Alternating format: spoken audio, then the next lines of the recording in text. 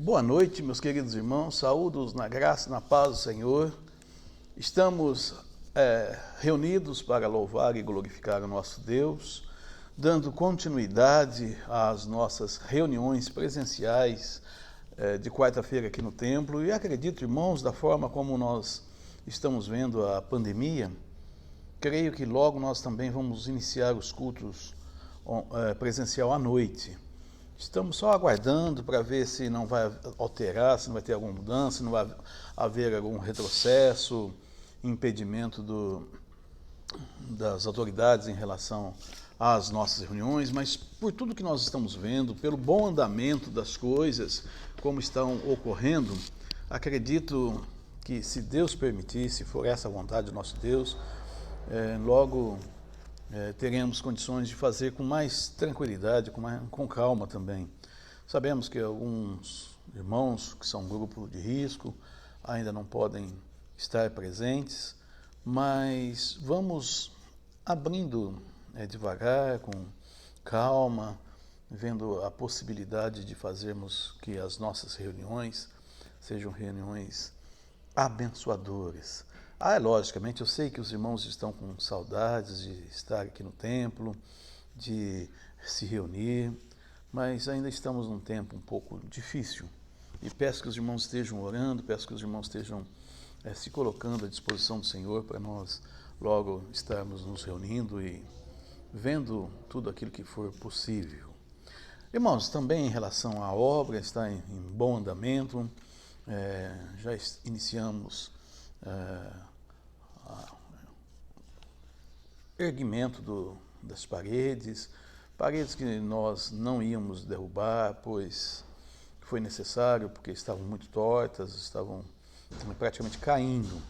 Então foi necessário tomar essa decisão e nós estamos fazendo conforme o engenheiro se propôs, estamos fazendo uma coisa muito bem feita para que fique aí para muitos e muitos anos. Louvamos a Deus por essa construção, pelo tempo que estamos realizando e gastando nesta obra, tanto tempo como financeiramente. E por isso eu conto, irmãos, com as suas orações, eu conto, irmãos, com o seu apoio, com a sua contribuição. Nós, na pandemia, tivemos uma queda vertiginosamente dos dízimos, muitas pessoas deixaram de dizimar, e por isso eu conclamo vocês a voltarem a ajudar, a se propor com esta obra, a investir nessa obra, pois essa obra é de vocês, é dos seus filhos, onde nós vamos ter classes que vão comportar bem os seus filhos, que vão dar condições melhores, e creio também que o objetivo é levarmos para outras pessoas, tanto do bairro como da cidade, para terem estudos da palavra de Deus e fazermos realmente a casa do Senhor uma casa de profetas. Que os irmãos estejam orando, contribuindo e fazendo com que essa obra venha a ser uma obra para a honra e glória do nosso Deus. Amém, irmãos? Como hoje é quarta-feira, nós vamos estar desenvolvendo aqui no templo, e vocês que não vierem, né, vão estar acompanhando agora através dessa live. Como desenvolver uma vida de oração? A oração é algo inerente nos nossos corações. Nós, desde pequenos, aprendemos de nossos pais a orar. Mas, infelizmente, irmãos, muitas vezes as nossas orações elas se tornam um rito, elas se tornam uma reza e deixa o objetivo maior, que é ter comunhão com Deus. Eu creio fundamentalmente nesta palavra, comunhão. E a comunhão com Deus é muito importante. Ao desenvolvermos uma vida de oração, aprendemos e começamos a ver os efeitos que a oração causa em nossas vidas.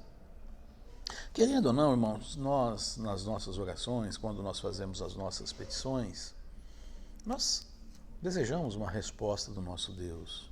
E é bem verdade que a resposta primeira que vem ao nosso coração é a resposta sim. Queremos que Deus responda sim. E quantas vezes Deus responde sim? Você já fez aquela oração que você ora, dali alguns minutos ou dia, a resposta vem e você fica feliz, se alegra, agradece a Deus pela sua resposta, a resposta que veio. Mas também tem aquela uma que Deus diz não. Você ora e Deus diz não.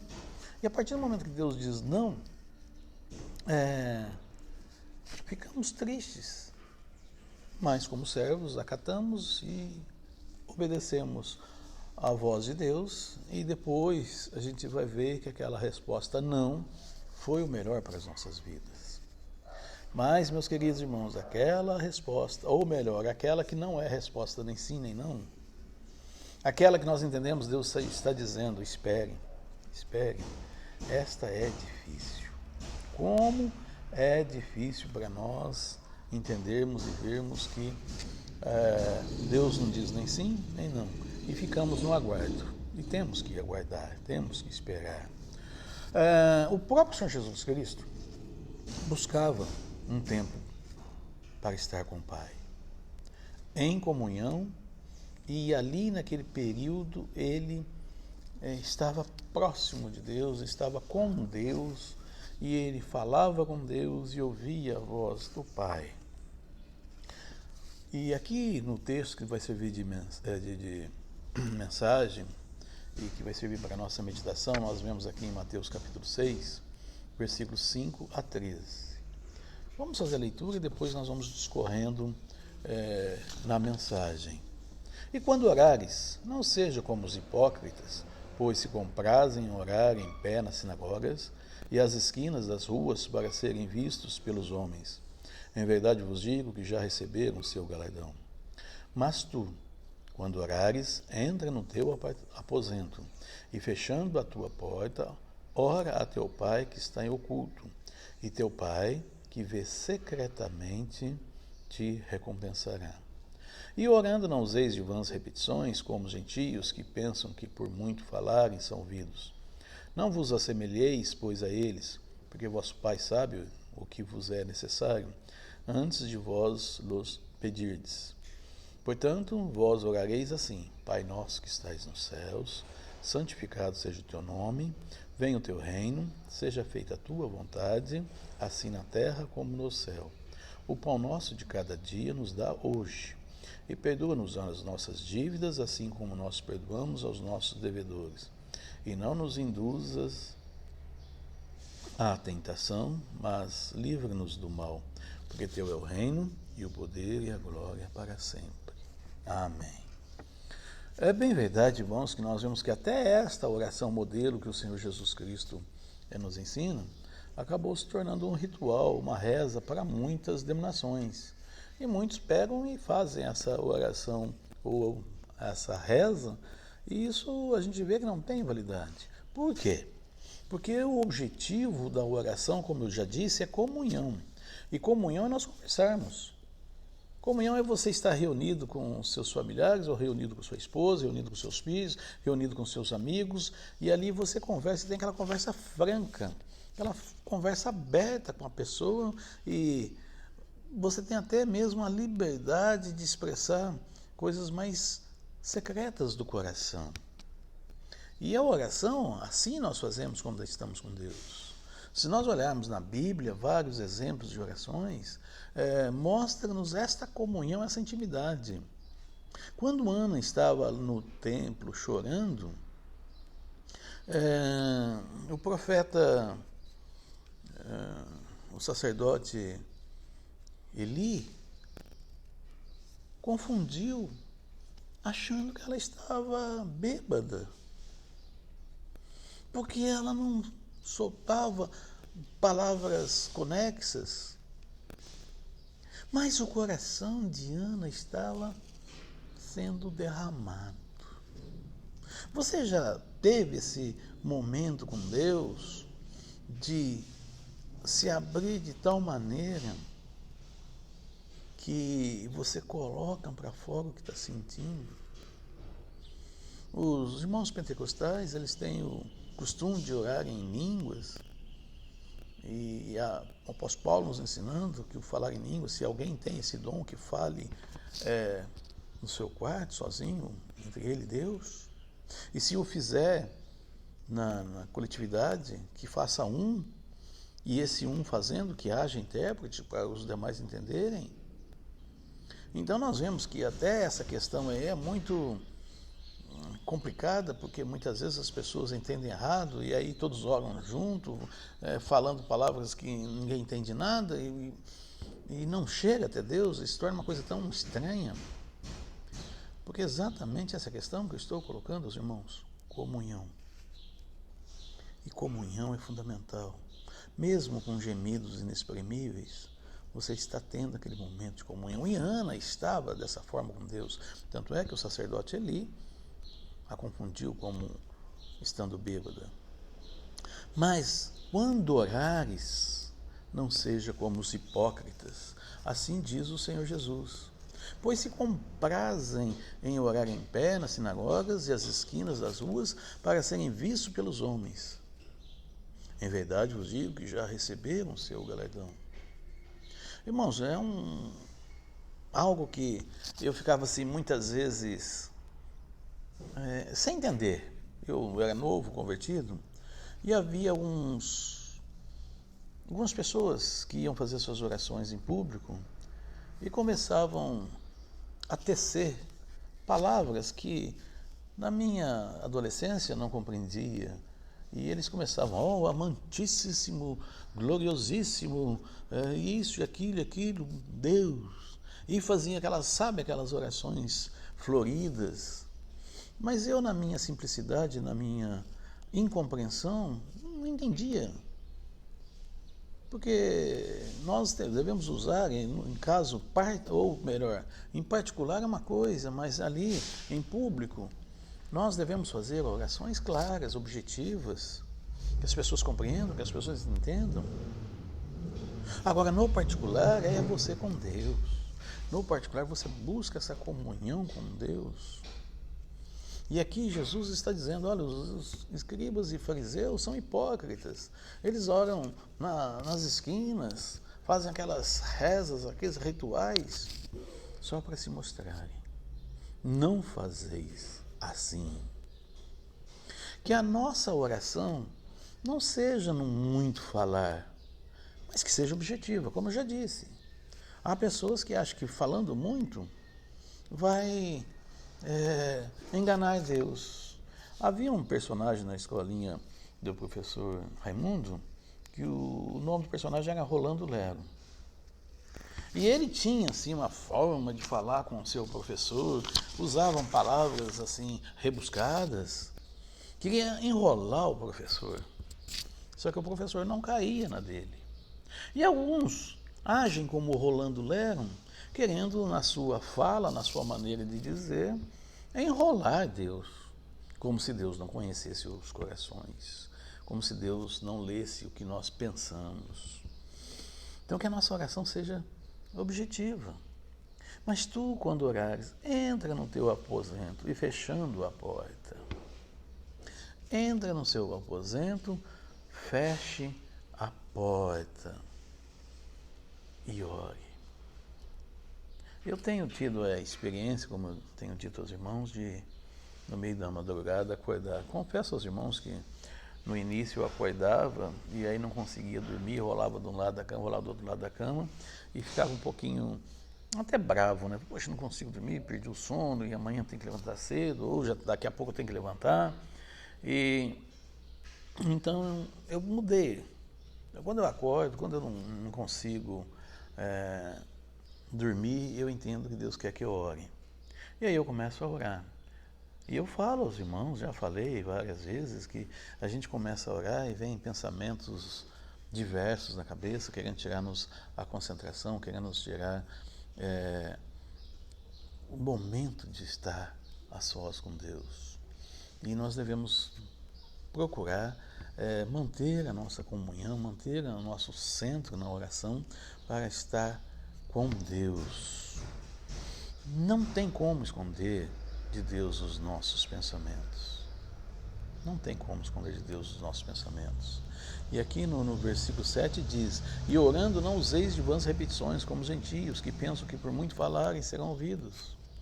Então não adianta nós queremos falar muito, que Deus não vai, vamos usar um termo bem simples, né? Deus não vai cair nesse conto.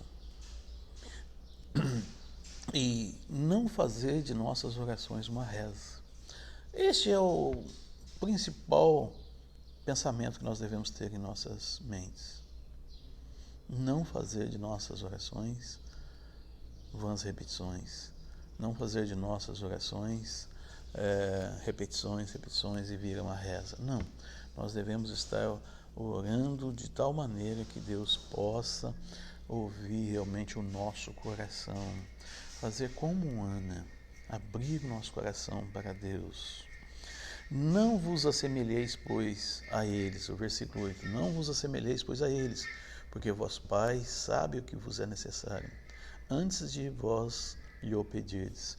Outra questão, irmãos, até eu mesmo, muitas vezes, eu questiono, falo assim, Deus sabe o que eu preciso, e eu sei que Deus vai me dar aquilo que eu preciso, por que eu preciso orar? Você já pensou assim também, ou você já falou assim, dessa forma? Mas se nós sabemos que Deus sabe o que nós precisamos, e se nós sabemos que Deus vai nos dar aquilo que nós precisamos, oramos para quê? Para que tenhamos comunhão com Deus. É fato que um pai, uma mãe, sabe o que o filho quer. É fato e certo que o pai e a mãe vai dar aquilo que o filho precisa. Mas o pai e a mãe gostam que o filho converse, que o filho fale com o pai, fale com a mãe e até faça os seus pedidos. Portanto, nós devemos saber que Deus sabe o que precisamos, mas Ele quer ouvir da nossa boca. E aí é a questão da comunhão. Portanto, vós orareis assim, o versículo 9. Portanto, vós orareis assim, Pai nosso que estais no céu, santificado seja o teu nome. Irmãos, o que Jesus está ensinando aqui, e como eu já disse, não é para nós ficarmos repetindo essa oração modelo. É para nós entendermos que, ao iniciarmos a nossa oração, nós devemos primeiramente glorificar ao nosso Deus, prestar honra e glória a Deus, colocar Deus no seu trono. Não é que Deus vai deixar de estar no trono, mas é nós, no nosso coração, reconhecermos que Deus está entronizado. As coisas que nós vemos neste mundo, as questões que as pessoas colocam, muitas vezes até mesmo dizem não a Deus, ou teu Deus não te ouve, e esquecem essas pessoas do Deus grandioso, o qual Ele é. E quando nós orarmos, nós devemos colocar Deus no centro da nossa oração, santificando e glorificando a esse Deus. Deus nos criou para que nós fôssemos e pudéssemos honrá-lo e glorificá-lo. E assim deve ser. Reconhecer que Deus é o nosso Pai, reconhecer que devemos honrá-lo, glorificá-lo e adorá-lo. Venha o teu reino, seja feita a tua vontade, assim na terra como no céu. Versículo 10. Quero fazer a tua vontade, ser instrumento para divulgar o reino. Irmãos, em 1 Timóteo 2,4, Paulo falando ao jovem pastor, ele diz que a pregação do Evangelho é para que todos venham ao arrependimento. E eu pergunto a você agora, você creu, você aceitou, você foi salvo, você foi batizado, se tornou membro de uma igreja, e daí? Para quê?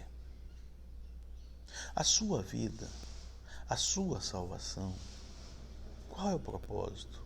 Qual é o desejo de Deus para a sua vida? Já falamos aqui que devemos honrar e glorificar a Deus. Amém? Ótimo. Mas será que é só isso? Ou nós devemos levar outras pessoas também a se renderem aos pés do Senhor, a glorificarem a Deus?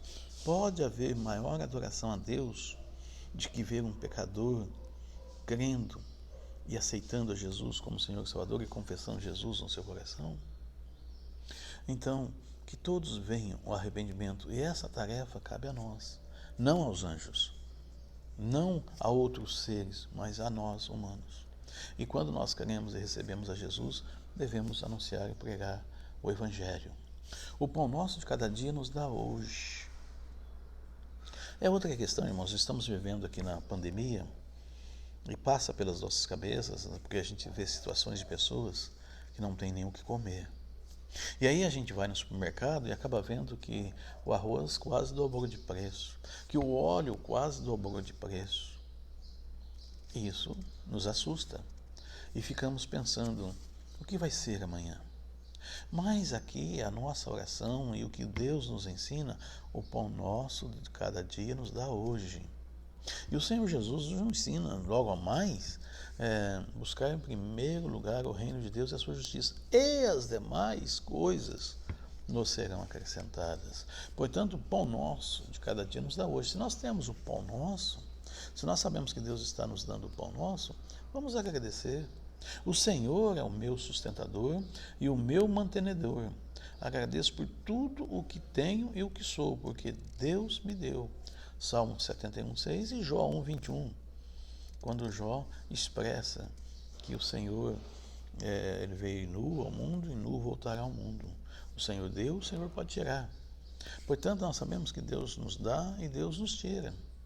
Agora, a salvação, essa nós temos em nossos corações e o Senhor vai nos levar para o céu, porque essa nem o inimigo pode tirar. Irmãos, quando pensamos ainda no pão nosso de cada dia e sabemos que Deus nos dá hoje, devemos entender e compreender. Eu, por exemplo, estou com 59 anos e vejo nesses 59 anos que nunca me faltou o pão. É bem verdade que eu já tive necessidade, como Paulo diz. É bem verdade que eu já passei privações, como Paulo diz, e você também tem essa experiência que em algum momento da sua vida você passou por privação e você passou necessidade. Talvez até o pão físico você não tinha, mas tinha polenta ou tinha um mingau de fubá. Mas a verdade é que Deus nos sustenta e que Deus nos mantém. E ainda aqui o Senhor Jesus, continuando a nos ensinar essa oração, diz: perdoa os nossas dívidas, assim como nós perdoamos aos nossos devedores. Realmente, permitimos, já que Deus nada lhe é encoberto, que o Senhor faça comigo o mesmo que eu faço com o meu próximo. Entendeu, irmãos? O que eu quero dizer é o seguinte: você pode dizer com toda segurança: Senhor, faça a mim o que eu faço com o meu próximo? Você tem essa convicção? Nós devemos olhar o próximo como Deus. Nós devemos fazer o bem ao próximo, entendendo que quando fazemos ou ajudamos alguém, estamos fazendo para Deus. E muitas vezes nós fazemos mal ao próximo. Quando num negócio, numa negociação, eu quero levar vantagem, eu farei isso com Deus, levar vantagem de Deus. Eu entendo, compreendo que nós somos humanos, que nós somos falhos, que nós tomamos atitudes erradas, mas a pergunta é: fazemos ao próximo o que queremos que Deus faça conosco? É importante nós pensarmos sobre isso. E quem é meu próximo?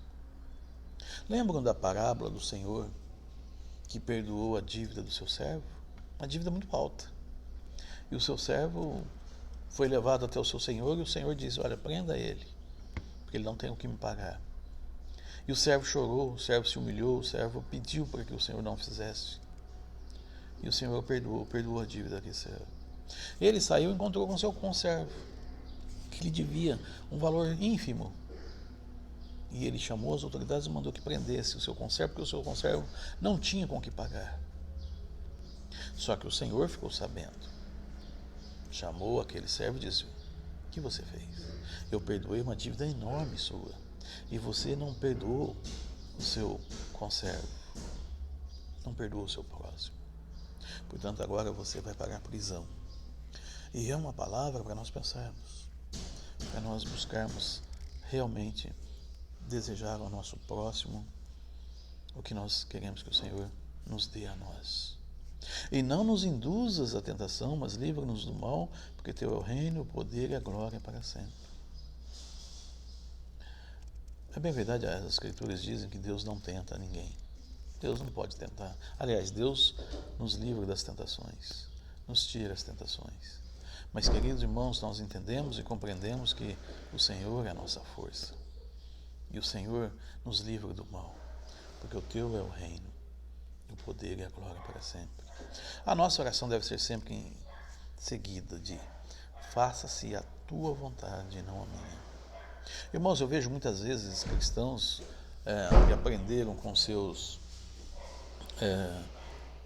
pastores e os seus guias que devem exigir de Deus, devem determinar, devem ter uma posição tão firme que Deus não pode voltar atrás da sua palavra, como se Deus fosse como humano. E Deus não é. Nós devemos sempre colocar: Deus, faça-se a tua vontade. Como eu disse no início, muitas vezes nós fazemos pedidos nas nossas orações que não é a vontade de Deus e não é o melhor para nós. E Deus, não nos dando, vai livrar nós de muitos problemas. Portanto, nas nossas orações: Senhor, faça-se a tua vontade e não a minha. Senhor, não me dê aquilo que tenho ou o que sou, se não for para honrar o Senhor. Se é necessário que eu mude para honrar o Senhor, que o Senhor me mude. Se eu tenho algo que prejudica a minha comunhão com Deus, que Deus tire. Mas a minha comunhão com o Senhor não seja tirada.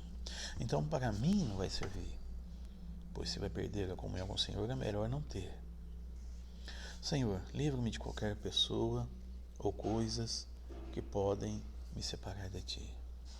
Deus abençoe os amados irmãos e que nós possamos ter uma noite agradabilíssima na presença do Senhor. Querido Deus, ó Pai de amor, na nossa oração, continuando, Senhor Deus, em oração na Sua presença, clamamos a Sua misericórdia e graça. Senhor, dá-nos entendimento, sabedoria, mostra-nos o Teu querer. Obrigado a Deus por esse tempo que estamos contigo, Senhor Deus. Colocamos a vida da Eva nas Suas mãos, a vida da irmã Hébia, Senhor Deus, nas Suas mãos, a vida da Regina, a irmã da Eva, Senhor Deus, que está com Covid. Coloca a Sua mão sobre ela, Senhor Deus. Todas as demais pessoas que estão passando por problemas, dificuldades, ó Deus, nós clamamos que o Senhor olhe, Senhor Deus, para aqueles mais fracos, ó Deus, aqueles que não têm condições mesmo de ter o que comer, Senhor Deus, e que use, Senhor Deus, a cada um dos irmãos para que sejam bênçãos para essas pessoas que tanto carecem, tanto precisam. Obrigado, Pai de amor, nós oramos em nome de Jesus. Amém.